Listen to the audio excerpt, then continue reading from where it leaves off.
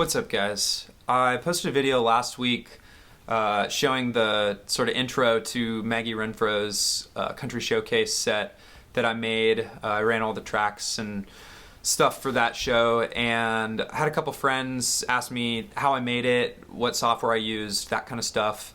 So I thought it might be a good opportunity to just make a video about it and show you all the sort of behind the scenes stuff of how I put it together.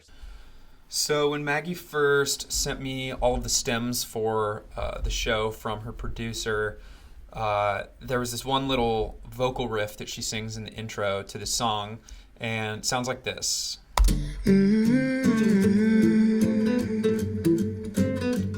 So I just thought that might be a cool thing to work into the intro to the show, since this was the song that we were going to start with.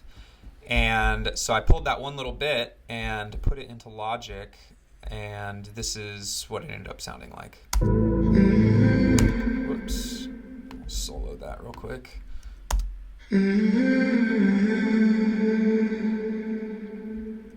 So I didn't do too much to it. I basically just took an EQ and pulled out some of the high end to make it sound a little more lo-fi and to, distinguish to the audience that it wasn't actually her singing, but was, something from a recording. And then sent the track to a reverb bus and just sort of did that. And that's really it. So the other thing that I pulled from the track was this little bit of steel guitar, which sounds like this.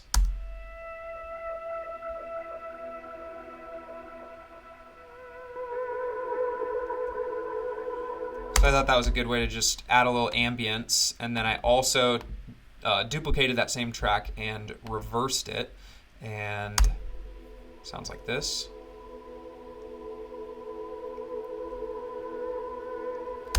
And then those are panned hard right and hard left respectively. And so together you get kind of a cool, just, background ambience that adds to it.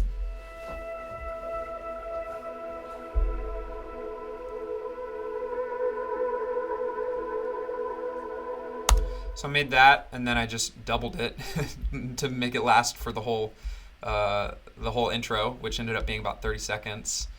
And then I knew that I wanted to do sort of a Moog low synth bass kind of sound to fade in, which is, probably a pretty common way to start a show with a sound like that.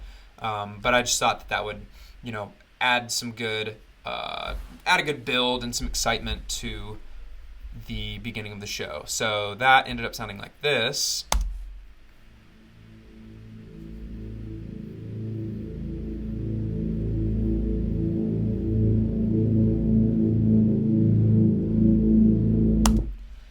And then the last thing I did, for that sound, I just took the first chord of the song, used the root note, and just put it into octaves. So that's why there's two tracks. It's just the same note, an octave apart.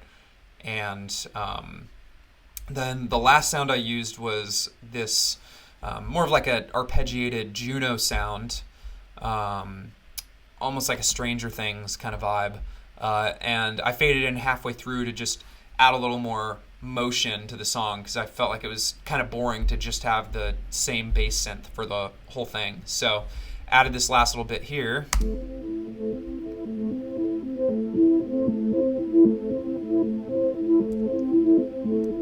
So that's that, and I'm using all the Steven Slate stuff right now, so for both those synth sounds, I just went through the Anna 2 is the synth that Steven Slate makes.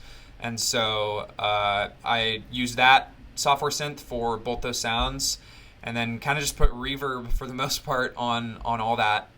And once I bounce that out to the actual track, I'll let you hear sort of what it sounded like.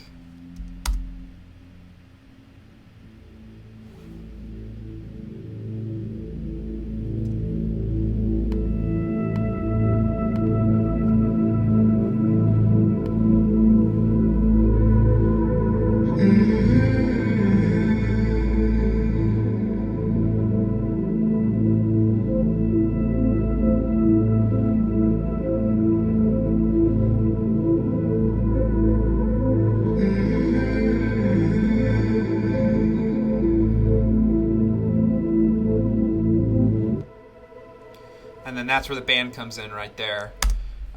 So I put that into, you know, my whole Ableton backing track session for the show, and that's pretty much it. That's all I really did. I will sort of show you a clip of me playing the song and let you hear what we're hearing in our in-ears, to give you a little more context of sort of how it fit into what we were playing live over the top of it. But I think it came out really well, and sort of my first time, you know, really doing something like this. So I was excited with how it came out, and I hope you got something out of this and enjoyed sort of seeing behind the scenes of it.